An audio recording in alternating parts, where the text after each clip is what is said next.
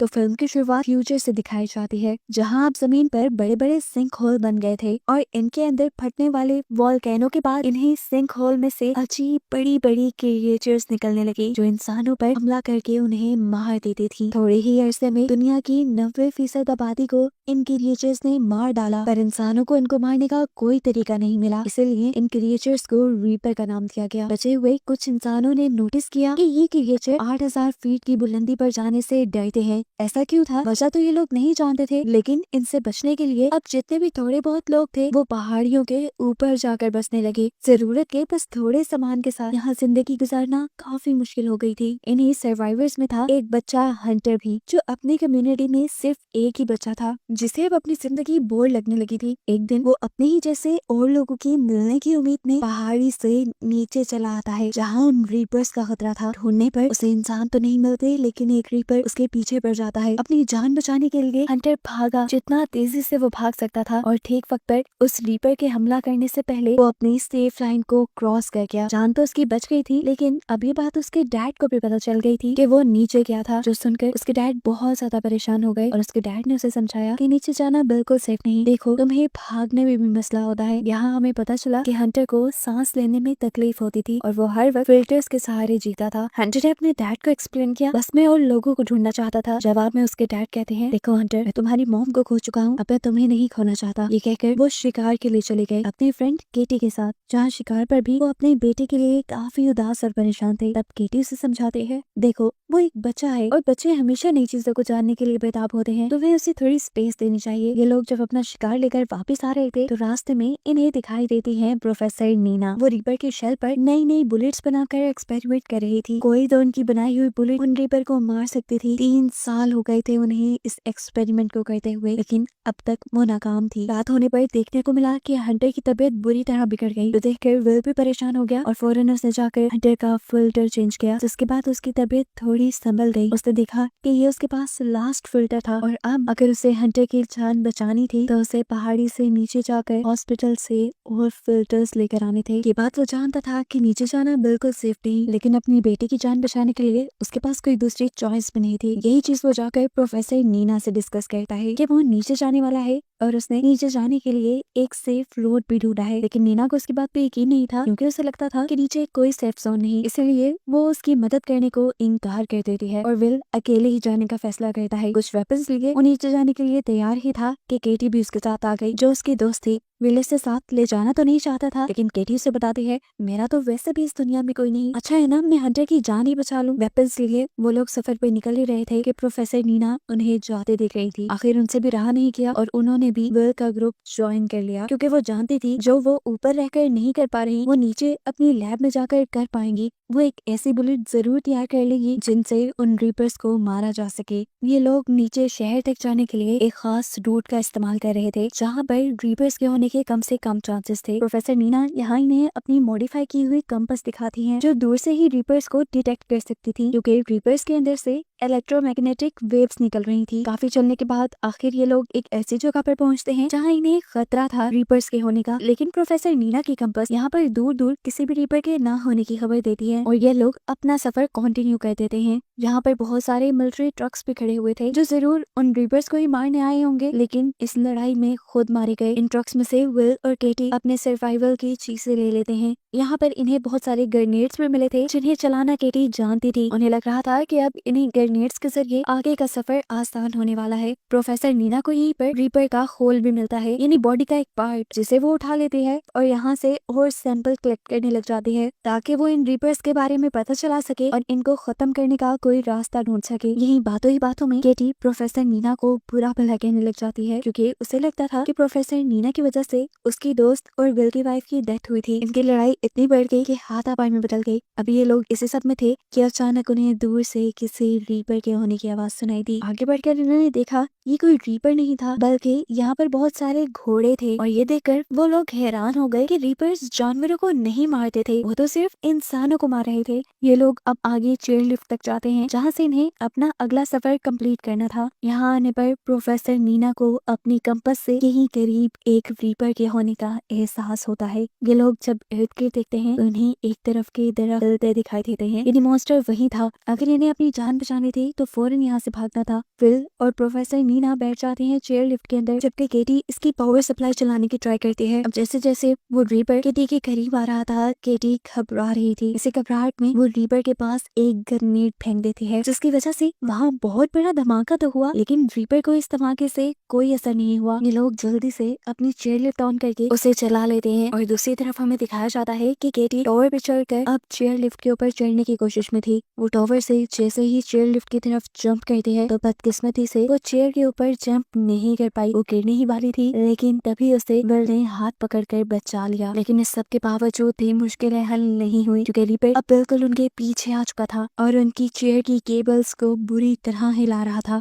जिसकी वजह से इनकी चेयर लिफ्ट ही टूटकर नीचे गिर जाती है। और अब अपनी जान बचाने के लिए ये लोग वापसी का रास्ता अपना लेते हैं, यानी ऊंचाई की तरफ भागने लग जाते हैं जहाँ पर ये रीपर्स नहीं आ सकते थे। वापस आकर ये लोग अपने घरों को नहीं गए, क्योंकि वो काफी दूर था। ये लोग एक रेस्टोरेंट में रुके थे जहाँ पर ये तीनों बातें करने लगते हैं। प्रोफेसर नीना ने बताती हैं कि जब ये मॉन्स्टर्स इस दुनिया के अंदर आए थे, तब आते ही इन्होंने बिना सोए बिना रुके दुनिया के 95% लोगों को मार दिया, ऐसे जैसे ही इंसानों को ही मारने आए हों। लेकिन एक अजीब बात भी थी कि इन्होंने इंसानों को मारकर खाया नहीं, और ना ही इन्होंने इंसानों के अलावा किसी और जानदार को मारा। इसी वजह से वो हमेशा से इसी डाउट में रही थी कि क्या किसी ने इन रीपर्स को सिर्फ इंसानों को खत्म करने के लिए तो नहीं डिजाइन किया, या शायद ये गॉड की तरफ से भेजे गए हों इंसानों को मारने के लिए। यही बातें करते करते केटी और प्रोफेसर नीना सो जाते हैं, जबकि विल को अपनी वाइफ के साथ बिताए कुछ लम्हे याद आने लगे, जिन लम्हों में उसने प्रोफेसर नीना के बारे में भी बात की थी। वो और प्रोफेसर नीना पार्टनर थी, और विल की वाइफ हमेशा से कहा करती थी कि प्रोफेसर नीना ही वो इंसान है जो रीपर्स को मारने के लिए जरूर कोई गैजेट बना सकती हैं। अगली सुबह हम देखते हैं ये तीनों अपने मिशन पे निकल गए थे। इन्हें अपनी जरूरत का सामान इकट्ठा करने के लिए नीचे शहर की तरफ जाने के लिए बढ़ गए थे। इस टाइम ये लोग एक टनल के जरिए से होते जा रहे थे। आधी टनल तो हाई एल्टीट्यूड पे थी, यानी 8000 फीट की बुलंदी पर थी, जहाँ पर ये रीपर्स नहीं आ सकते थे। लेकिन बाकी आधी टनल का हिस्सा बिल्कुल नीचे की तरफ था, जहाँ पे रीपर्स के होने का खतरा था। इस सब के बावजूद भी ये लोग इस टनल के अंदर बढ़ते रहते हैं। यहाँ पर विल ने प्रोफेसर नीना को ये नहीं बताया था कि उसकी ये कंपास अंडरग्राउंड नहीं चलेगी। काफी घंटों के सफर के बाद इन्हें एक बुरी खबर ये पता चलती है कि टनल की दूसरी एंट्रेंस तो बंद थी। अब इन्हें यहाँ से दूसरी टनल का रास्ता लेना था। इतने घंटों का सफर दोबारा करते तो थक जाते। यहाँ पर एक शॉर्टकट भी था जो छोटी छोटी स्टेयर्स से होकर जाता था।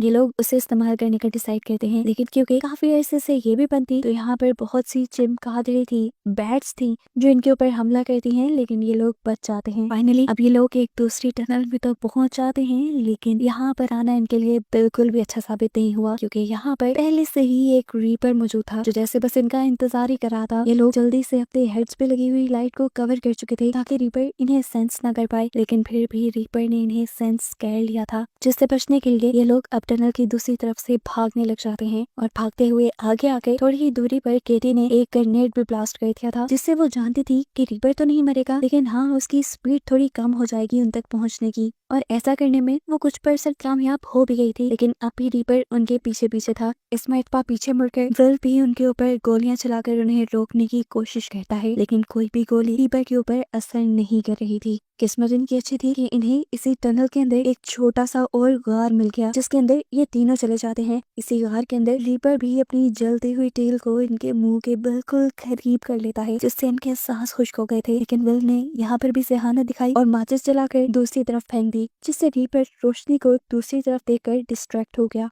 अब ये लोग इसी गार की दूसरी तरफ से रास्ता बनाते हुए यहाँ से बाहर निकलने की कोशिश करते हैं, लेकिन एक और मर्तबा रीपर इसी गार के अंदर अपनी टेल डालकर विल के ऊपर हमला करने की कोशिश करता है। क्योंकि वो पीछे था, लेकिन किसी तरह विल इस हमले से बच गया। केटी सबसे आगे थी। जल्दबाजी में वो एक ऐसी टनल के अंदर चली जाती है जहाँ पर एक और रीपर मौजूद था, और इस मर्तबा रीपर ने उसके ऊपर कोई तरस नहीं खाया और उसे हमला करके मार डाला। हालांकि पीछे से नीना उसे बचाने की कोशिश करती रही, लेकिन सब नाकाम हो गया। आखिरी चॉइस पर बस नीना को वहाँ से बाहर निकलती हुई एक लैडर, एक सीढ़ी दिखाई दी, जिसके ऊपर चढ़कर वो और विल यहाँ से चले गए। केटी को यहीं पर छोड़कर, जिस बात का दुख शायद अब इन्हें जिंदगी भर होने वाला था। अब ये लोग एक सेफ एल्टीट्यूड पे आ गए थे, इन्हीं 8000 फीट से ऊपर, जहाँ कोई रीपर नहीं था। ये लोग यहाँ सेफ रह सकते थे, लेकिन नीना इस टाइम सेफ रहने को प्रायोरिटी नहीं देती, बल्कि अपनी मिशन को प्रायोरिटी देती है और अपनी लैब्स की तरफ बढ़ने का फैसला करती है। यहाँ पर बहुत सारे ऐसे घर थे जिसमें अब कोई इंसान नहीं रहता था। उन्हीं में से एक घर के अंदर विल और प्रोफेसर नीना आ चुके थे। यहाँ पे खाने के लिए भी बहुत कुछ था।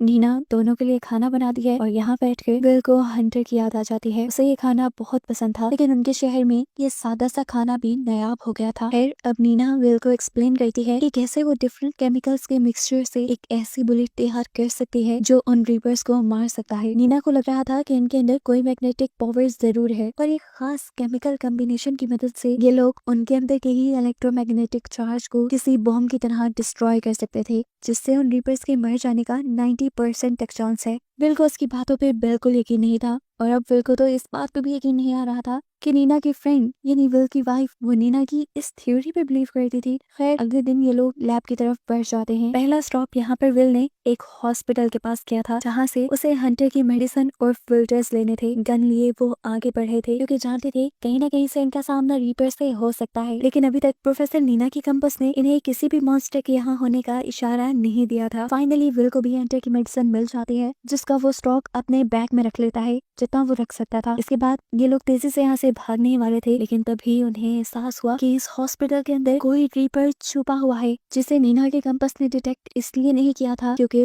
वो कंपास अब खराब हो चुका था। ये लोग तेजी से उससे बचकर भागने की कोशिश करते हैं, लेकिन वो रीपर वॉल्स तोड़ते हुए इनके ऊपर हमला करने लग जाता है। यहाँ तक कि उसने तो अपने टेंटिकल की मदद से विल को कैद भी कर लिया था। यहाँ पर प्रोफेसर नीना बहुत ही होशियारी से पास पड़े फायर बॉक्स में से एक्स निकालकर उस रीपर की टेल के ऊपर हमला कर देती है, जिसकी वजह से रीपर विल को छोड़ देता है। अब इन्हें फौरन यहाँ से भागना था, लेकिन भागने से पहले नीना यहाँ के सारे ऑक्सीजन सिलेंडर खोल चुकी थी, जिसकी वजह से वहाँ पर फॉग पैदा हो जाए और रीपर्स को वो लोग नजर ना आए। ये आइडिया भी अच्छा था, लेकिन विल के दिमाग में जो आइडिया था वो इससे भी ज्यादा कमाल का था। विल एक ऑक्सीजन टैंक के ऊपर शूट कर देता है, जिससे वहाँ पे बहुत बड़ा एक्सप्लोजन हुआ था और प्रेशर से वो रीपर उड़कर इस बिल्डिंग से बाहर जा चुका था। ये लोग ऊपर से खड़े हुए रीपर को देखते हैं जो बेजान जमीन पे पड़ा था, लेकिन ये लोग नहीं जानते थे कि वो रीपर मरा है या बेहोश है। ज्यादा देर ये लोग रुक नहीं सकते थे यहाँ पर, इसीलिए विल नीना से वापस चलने को कहता है, पर नीना कहती है नहीं विल, मुझे मेरे लैब तक जाना है ताकि मैं इन्हें मारने के लिए कोई नई बुलेट तैयार कर पाऊँ। विल नीना की बात मान जाता है और ये लोग ट्रक में ही बैठकर लैब के लिए निकल जाते हैं, और इनके यहाँ से जाते ही हमें दिखाया गया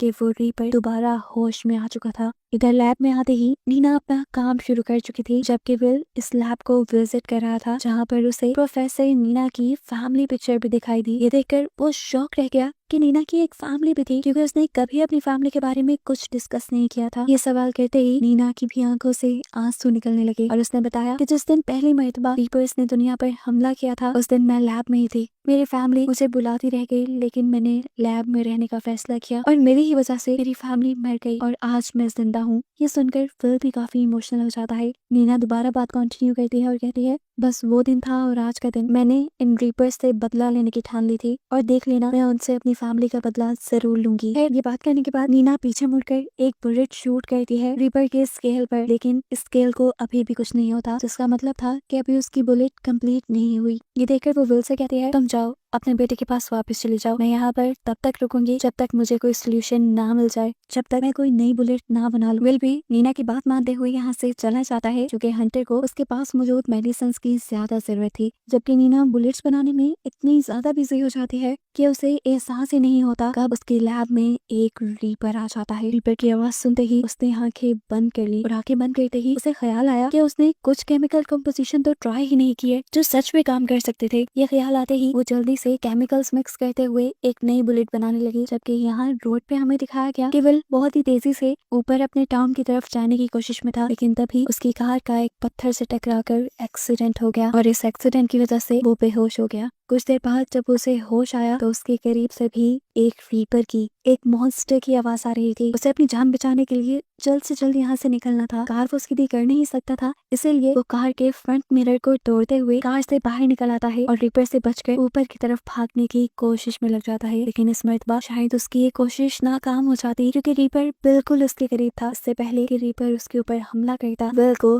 गोली की आवाज सुनाई देती है और सरप्राइजिंगली इस मर्तबा नई बुलेट से वो रीपर मर भी जाता है। गोली चलाने वाली और कोई नहीं बल्कि नीना ही, जिसने अपने नए एक्सपेरिमेंट से एक ऐसी बुलेट बना ली थी जो रीपर्स को मार सकती थी। उसने अपने पास मौजूद भी रीपर को इसी बुलेट से मारा था और अब वो विल को बचाने के लिए भी ठीक टाइम पर पहुंच गई थी। जब वो रीपर मरा था तो वाकई वहाँ पे एक बहुत बड़ा एक्सप्लोजन हुआ था, एक धमाका हुआ था, जिसका मतलब था कि नीना ठीक थी। इन रीपर्स के अंदर कोई इलेक्ट्रिक चार्ज था, जिन चार्ज में इलेक्ट्रिक कॉम्बिनेशन मिलने की वजह से वो ब्लास्ट हो गए। अब नीना और विल ने जब पास जाकर इस मरे हुए रीपर को देखा तो इन्हें मालूम हुआ कि ये रीपर कोई जानवर नहीं थे, कोई क्रिएचर नहीं थे, बल्कि ये रोबोट मॉन्स्टर्स थे जिन्हें बनाया गया था। जरूर किसी ने इन्हें सिर्फ इंसानों को मारने के लिए ही बनाया था। और ये बात समझते ही ये लोग शॉक हो जाते हैं। विल अभी भी कंफ्यूज था ये जानकर कि आखिर कौन हो सकता है जो इंसानों को मारने के लिए इतने सारे मॉन्स्टर्स को भेजे। नीना जवाब देती है एलियंस, या एलियंस के भेजे गए मॉन्स्टर रोबोट्स हैं। नीना ने विल को ये भी एक्सप्लेन किया कि ये 8,000 फीट की बुलंदी पे इसलिए नहीं आ सकते क्योंकि इनकी प्रोग्रामिंग में कोई गड़बड़ हो गई होगी,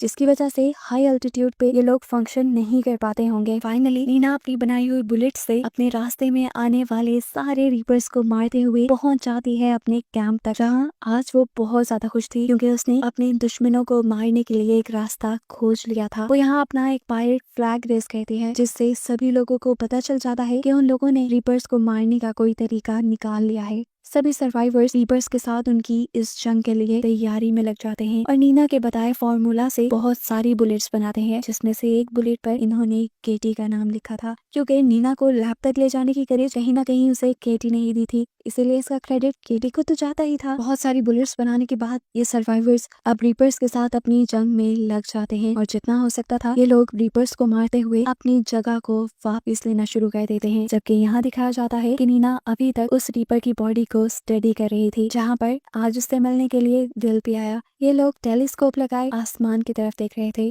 जहाँ पर नीना को 3 बड़ी बड़ी स्पेसशिप आसमान से जमीन पर आते हुई दिखाई देती हैं, जिसका मतलब था कि इन्होंने जिन रीपर्स को मारा था उनके बारे में एलियंस को खबर हो गई थी और एलियंस अब इनसे एक पूरी जंग के लिए तैयार होकर आए थे। आगे अब क्या होने वाला था, इसी मिस्ट्री के साथ ये मूवी यहीं पर खत्म हो जाती है।